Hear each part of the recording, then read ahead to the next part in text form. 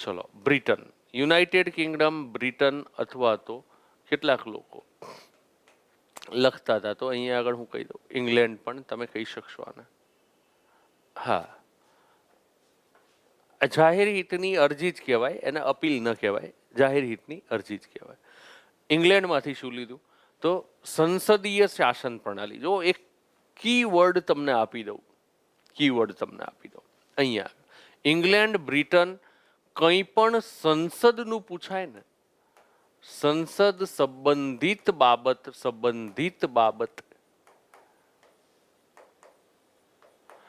તો તમારે લખી લેવું કે એનો જવાબ મોટા ભાગે ક્યાં આગળ? તો એ જોગવાઈઓ મોટા ભાગે ક્યાં આગળ? તો બ્રિટન જ આવે. શું આવે? બ્રિટન જ આવે. ઇંગ્લેન્ડ, યુકે, બ્રિટન જે લખ્યું હોય એ, એટલે કે બ્રિટન જે છે એ જ આવશે. તો આ સંસદીય શાસન પ્રણાલીનો ખ્યાલ ક્યાંથી? તો સંસદીય શાસન પ્રણાલીનો ખ્યાલ બ્રિટનમાંથી. બે ગૃહી વ્યવસ્થાની વાત કરીએ, બે ગૃહ, સંસદના બે ગૃહ હોય, તો દ્વિગૃહી વ્યવસ્થાની વાત કરીએ તો પણ બ્રિટનમાંથી જ આવશે. અહીંયા આગળ હું લખી નાખું છું,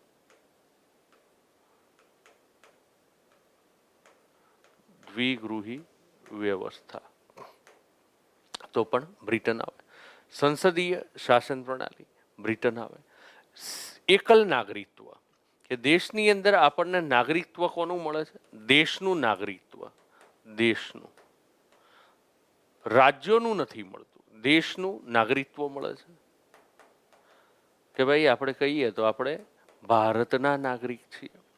આપણે એવું નથી કહેતા કે રાજસ્થાનના નાગરિક છીએ, ગુજરાતના નાગરિક છીએ, મધ્યપ્રદેશના નાગરિક છીએ, આંધ્રપ્રદેશના નાગરિક છીએ, જમ્મુ કાશ્મીરના નાગરિક છીએ. ના, ભારતની અંદર આપણે શું કહીએ છીએ કે ભાઈ અમે ભારતના નાગરિક છીએ, અમે કોઈ રાજ્યના નથી, અમે ક્યાંના છીએ? આ દેશના નાગરિક છીએ.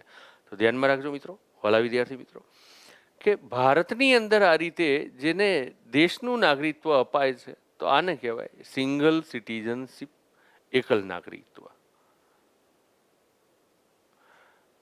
દ્વિગૃહી વ્યવસ્થા એટલે સંસદના બે ગૃહ હોય, એને દ્વિગૃહી કહેવાય. એકને લોકસભા કહીએ, બીજાને આપણે રાજ્યસભા કહીએ છીએ. રાજ્યની અંદર એકને આપણે વિધાનસભા કહીએ છીએ, બીજાને આપણે વિધાન પરિષદ કહીએ છીએ. કે ભાઈ સંસદ છે, પણ સંસદીય વ્યવસ્થામાં પણ શું છે? બે ગૃહ છે, એક રાજ્યસભા, બીજું લોકસભા, ઉપલું ગૃહ, નીચલું ગૃહ. તો આને કહેવાય દ્વિગૃહી વ્યવસ્થા. આને શું કહેવાય? દ્વિગૃહી વ્યવસ્થા. Is it clear? ચલો, એકલ નાગરિકત્વ clear, cabinet system clear, bicameral system, દ્વિગૃહી વ્યવસ્થા પણ ક્લિયર. એ જ છે આ દ્વિસદનવાદ, લોકસભા વત્તા રાજ્યસભા, દ્વિગૃહી દ્વિસદન. વિશેષ અધિકારો, કે ભાઈ સંસદ સભ્યોના વિશેષ અધિકારો છે, સંસદ સભ્યોના વિશેષ અધિકારો છે, બરાબર. એ જ રીતે ગૃહ જે છે તો સંસદના વિશેષ અધિકારો છે, સંસદની સમિતિઓના વિશેષ અધિકારો છે. તો આ બધી બાબતો જે છે, આ બધી બાબતો જે છે, ના એ બંને એક જ કહેવાય ભાઈ. ઇંગ્લેન્ડ, બરાબર. તો આ બધું લંડન જે છે તો ત્યાં આગળ આવેલું શહેર છે ભાઈ, બ્રિટનની અંદર આ ત્યાં આગળ આવેલા શહેર છે. હવે નથી ને સોલંકી શૈલેષ, હવે જમ્મુ કાશ્મીરની અંદર હવે તમને નહીં જોવા મળે. જમ્મુ કાશ્મીરની પહેલાંની જોગવાઈઓ પૂરી થઈ ગઈ, પહેલાંની જોગવાઈઓ પૂરી થઈ ગઈ. હવે જમ્મુ કાશ્મીરનો નવો અધ્યાય, હવે જમ્મુ કાશ્મીર, બરાબર, નો નવો અધ્યાય છે. પહેલાં હતું કે ભાઈ ત્યાં આગળ જમ્મુ કાશ્મીર માટે જમ્મુ કાશ્મીરની અલગ નાગરિકતા પણ હતી અને ભારતની નાગરિકતા પણ હતી. એટલે કે જમ્મુ કાશ્મીરને છોડીને સમગ્ર ભારતમાં એકલ નાગરિકત્વ હવે નથી, હવે સમગ્ર ભારતમાં એકલ નાગરિકત્વ જ છે. ન્યાયિક પ્રક્રિયા, પ્રોસેસ શું છે? એટલે કે અહીંયા આગળ આપણે લખવાનું છે એ છે એકીકૃત ન્યાય તંત્ર. જે મેં તમને પહેલા કીધું, તમારે આ લખવાનું. હા મારા વાલા વિદ્યાર્થી મિત્રો, એકીકૃત ન્યાયતંત્ર, આ છોડી દેવાનું. એકીકૃત ન્યાયતંત્ર, ન્યાયિક પ્રક્રિયા એટલે કે ભાઈ નીચેથી ઉપર જવાનું છે, નીચેથી ઉપર જવાનું છે. ભાઈ જે સમયે જે ટોપિક મારે ચર્ચામાં લેવાનો આવશે ને એ વખતે આ બધી બાબતોની ચર્ચાઓ કરીશું આપણે. ઘણા લોકો દે ધનાધન કમેન્ટ ઉપર કમેન્ટ ઠોકે, ચાલુ કરી દે કે ભાઈ કેમ જવાબ નથી આપતા. તો હું નહીં આપું એ રીતે વચ્ચે વચ્ચે તમને જવાબ. અત્યારે જે ચાલે છે ને એમાં ધ્યાન આપો. બરાબર, તમને આ આવડે છે તો બીજા વિષયને લઈને બીજા વિષયનું વાંચન કરો અત્યારે. બરાબર, બીજા વિષયનું વાંચન કરો, બીજા વિષયનું વાંચન કરો. બરાબર. ન સંસદ તથા વિધાનમંડળની પ્રક્રિયા તો આપણે કીધું કે ભાઈ આ બ્રિટનમાંથી સંસદીય વ્યવસ્થા લીધી તો સંસદની પ્રક્રિયા જે છે તો એ પણ ત્યાંથી જ લીધેલી છે. બરાબર, ત્યાંથી જ લીધેલી છે. ત્યારબાદ કાયદાનું શાસન, બરાબર, રૂલ ઓફ લો, કાયદાનું શાસન અને કાયદા સમક્ષ સમાનતા. કાયદાનું સમાન રક્ષણ નહીં, અહીંયા આગળ તમારે લખી દેવાનું છે કાયદા સમક્ષ સમાનતા. કાયદા સમક્ષ સમાનતા. કાયદા સમક્ષ સમાનતા.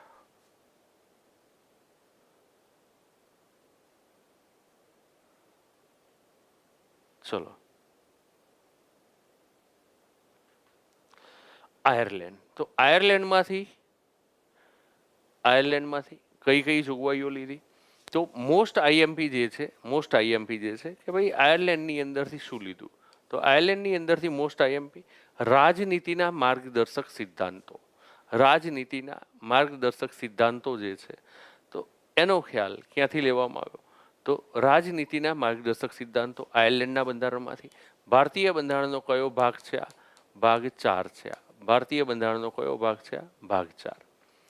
આયર્લેન્ડના બંધારણમાંથી રાષ્ટ્રપતિની ચૂંટણી પ્રક્રિયા.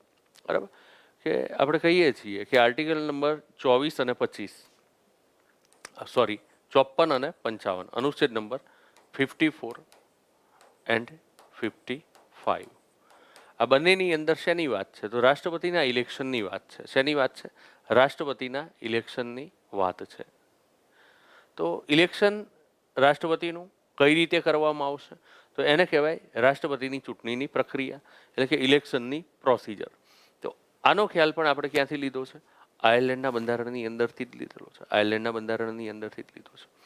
રાષ્ટ્રપતિનું પદ, રાષ્ટ્રપતિની સત્તા, બરાબર, અને રાષ્ટ્રપતિને તેમના હોદ્દા ઉપરથી હટાવવા મહાભિયોગ. આ 3 આવે તો અમેરિકા. બાકી ઇલેક્શન આવી જાય કે રાષ્ટ્રપતિની ચૂંટણી તો એ આવે આયર્લેન્ડમાંથી. ત્યારબાદ રાજ્યસભાની અંદર તમે જુઓ છો કે આર્ટિકલ નંબર 80માં ઉલ્લેખ છે. આર્ટિકલ નંબર 80ની અંદર ઉલ્લેખ છે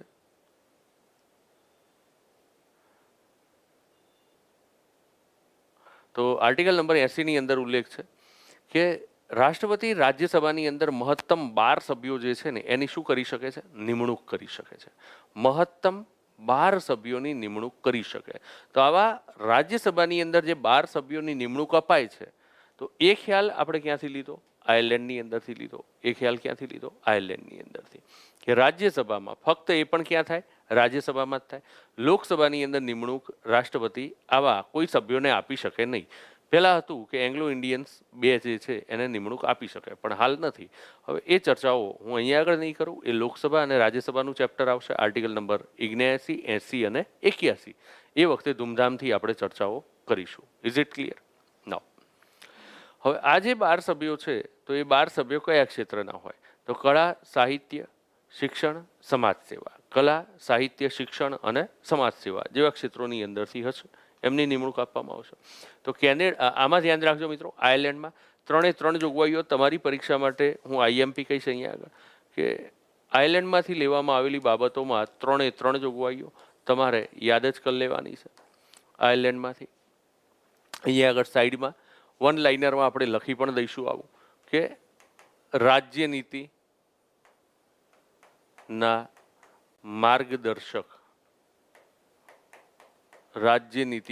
માર્ગદર્શક સિદ્ધાંતો. આ રાજનીતિ નથી, હા ભાઈ, અહીંયા આગળ ધ્યાનમાં રાખજો. રાજનીતિ નહીં, આ રાજ્યનીતિ. શું છે? રાજ્યનીતિ ના માર્ગદર્શક સિદ્ધાંતો.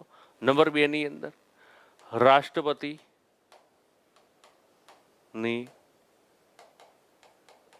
ચૂંટણી પ્રક્રિયા અને નંબર 3 ની અંદર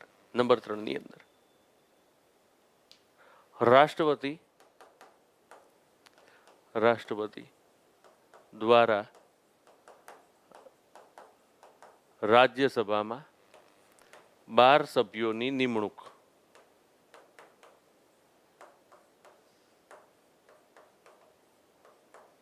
12 સભ્યોની નિમણૂક. Is it clear? તો આ છે આયર્લેન્ડમાંથી. નાવ કેનેડા.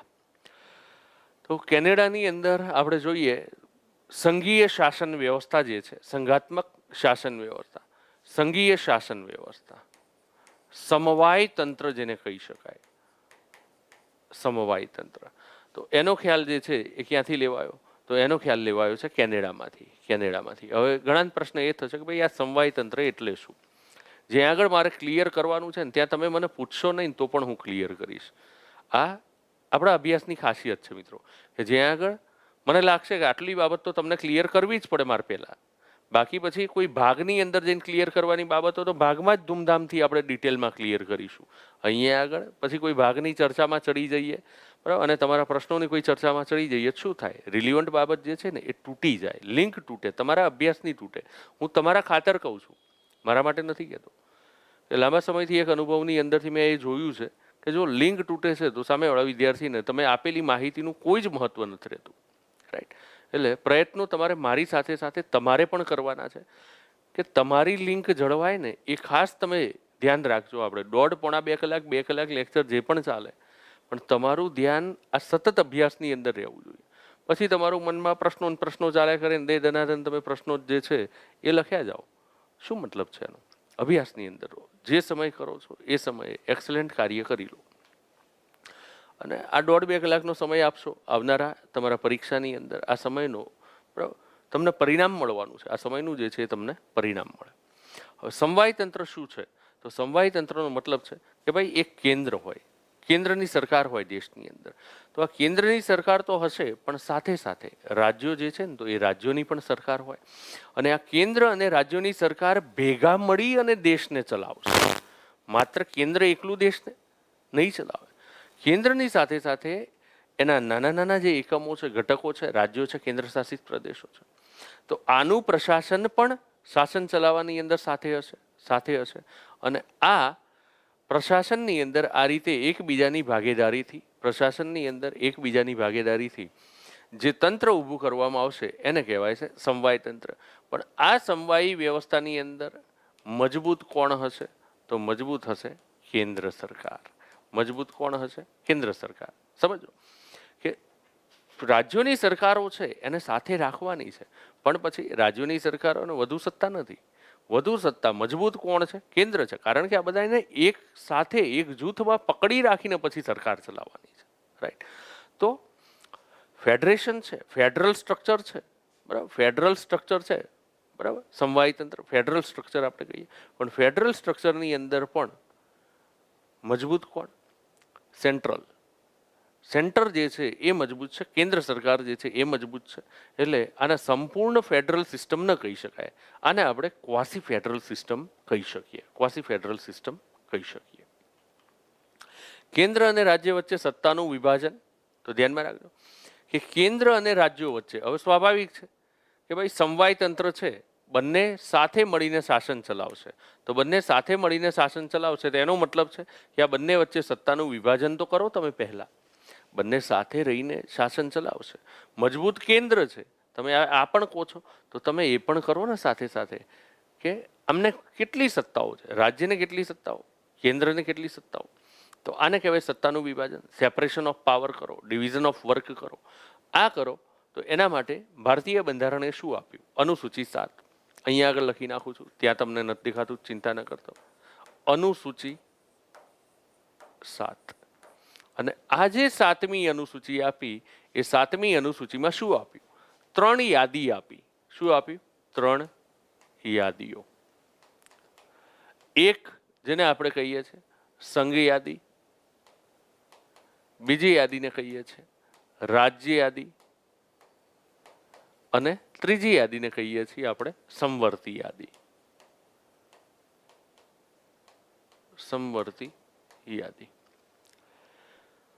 તો સંઘ યાદી જે છે તો એ સંઘ યાદીની અંદર જેટલા પણ વિષયો આપેલા છે, પહેલા 97 વિષયો, અત્યારે 100 જેટલા વિષયો આપણને સંઘ યાદીમાં જોવા મળે. તો સંઘ યાદીમાં જે બાબતો આપેલી છે, જે વિષયો આપેલા છે, એની ઉપર સત્તા કોને છે? તો કેન્દ્રને છે. રાજ્ય યાદીની અંદર વિષયો જે છે તો એ પહેલા 66 હતા, અત્યારે 61 છે, અત્યારે 61 છે. તો એ વિષયો ઉપર સામાન્ય પરિસ્થિતિમાં કાયદો ઘડવાની સત્તા પ્રથમ રાજ્યોની છે, પણ આગળ જતા એ વિષયો ઉપર પણ સત્તા કોને આપેલી છે? તો કેન્દ્રને આપેલી છે. માટે તો આપણે શું કહીએ છીએ? મજબૂત કોણ છે? કેન્દ્ર મજબૂત છે. કોણ છે? કેન્દ્ર મજબૂત. સંવર્તી યાદી, તો સંવર્તી યાદી જે છે, સંવર્તી યાદી બરાબર, તો આ સંવર્તી યાદીની અંદર જે વિષયો આપેલા છે પહેલા 47 હતા, અત્યારે 52 છે. તો સંવર્તી યાદીની અંદર રહેલા વિષયો ઉપર કાયદો ઘડવાની સત્તા કેન્દ્રને પણ છે અને રાજ્યોને પણ છે. પણ જો બંને કાયદો ઘડી કાઢે તો પછી કેન્દ્રના કાયદાને પ્રભાવી ગણવામાં આવે છે. માટે કહી શકીએ કે મજબૂત કોણ? સમવાય તંત્રની અંદર મજબૂત કોણ? તો કેન્દ્ર જ છે. તો કેનેડામાં તમારે ધ્યાનમાં રાખવાનું તરત જ સમવાય તંત્ર. સમવાય તંત્રની અંદર કોણ હોય? તો કેન્દ્ર 100 ભાઈ દીપક કુમાર 100 છે, હા, 99 નથી, 100 છે, 100 છે, બરાબર. જે પણ બાબત હું તમને કહીશ ને એ પરફેક્ટ હશે, બરાબર. એની ઉપર શક સંદેહ શંકા બરાબર સહેજ પણ ન કરતા. જે પણ બાબત આપીશ એ તમને યોગ્ય જ આપીશ.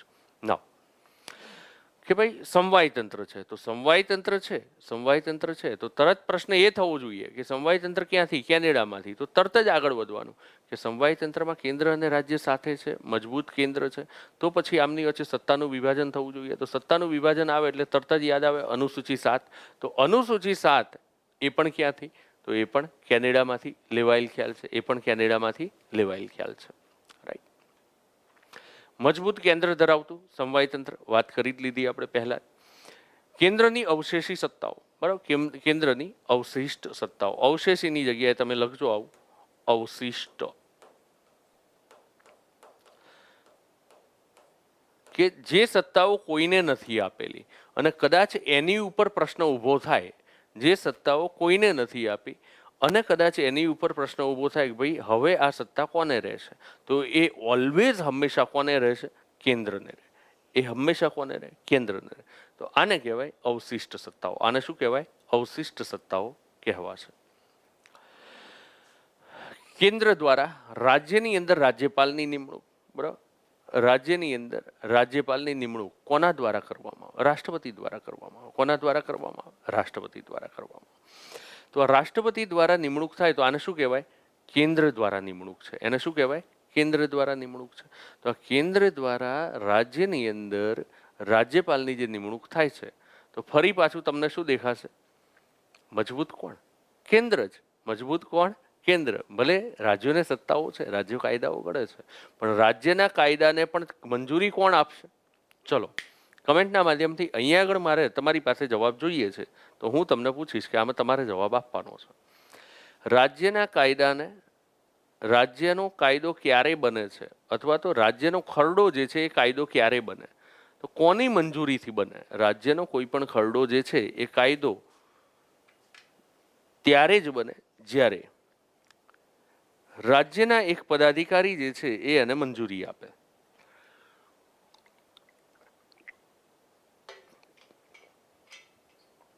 યસ, તો એક્સેલેન્ટ. કે ભાઈ રાજ્યપાલ જે છે ને, રાજ્યપાલ આર્ટિકલ નંબર 200 અને આર્ટિકલ નંબર 201 જઈશું. એ વખતે વાતો બધી કરીશું ધૂમધામથી. હાલ તમારે આટલું સમજવાનું કે હા, ગવર્નર દીપક કુમાર ખૂબ સરસ, ગવર્નર પ્રવીણભાઈ ખૂબ સરસ. ચલો ગવર્નર અર્થાત રાજ્યપાલ. હવે સમજો, રાજ્યપાલની જ નિમણૂક કોણ કરે છે? રાષ્ટ્રપતિ. અને રાષ્ટ્રપતિ કોણ છે? કેન્દ્ર સરકાર. રાઈટ. તો કેન્દ્રની અંદર છે રાષ્ટ્રપતિ, રાષ્ટ્રપતિ કેન્દ્રની અંદર છે, અને રાજ્યની અંદર ના. આજનું પિયુષભાઈ યુટ્યુબમાં ના હોય, આજનું જે છે ને એપ્લિકેશનમાં હોય. એપ્લિકેશનમાં હા, એપ્લિકેશનમાં જ હોય. તો આ રાજ્યની અંદર જે રાજ્યપાલની નિમણૂક થાય છે એ પણ કેન્દ્ર દ્વારા થાય છે. તો ફરીને હું તમને ક્યાં લાવું છું? સમજો, કેનેડામાં તમારે કઈ કઈ બાબતો યાદ રાખવાની એ તમને યાદ રહી જાય એટલા માટે. સમવાય તંત્ર, મજબૂત કેન્દ્ર, અનુસૂચિ 7 બરાબર, અવશેષી સત્તાઓ અને રાજ્યપાલની નિમણૂકની પદ્ધતિ કે નિમણૂક કોણ કરે. તો ભારતીય બંધારણના આર્ટિકલ નંબર 155માં કીધું જ છે, આપણને ધૂમધામથી સમજાવ્યું છે કે રાષ્ટ્રપતિ જે છે એ રાજ્યની અંદર રાજ્યપાલ જે છે એની નિમણૂક કરશે. તો આ કેન્દ્ર દ્વારા થાય છે. તો આને પણ આપણે શું કહીએ છીએ, કેનેડામાંથી લીધેલું છે. આર્ટિકલ નંબર 143 143ની અંદર 143ની અંદર હા, કેન્દ્ર એટલે કેનેડા. તમે એવું પણ કરી શકો, ક ઉપરથી કેન્દ્ર એટલે કેનેડા. ચલો હવે દીપેન પટેલ મેં સમજાવી દીધું. હા ભાઈ, સમવાય તંત્ર એટલે શું મેં સમજાવી દીધું. એટલે તમે કદાચ લેટ જોઈન થાય ને તો થોડું બેકથી શરૂ કરી દેવાનું, થોડું બેકથી તમે શરૂ કરો, તરત સમજાઈ જશે.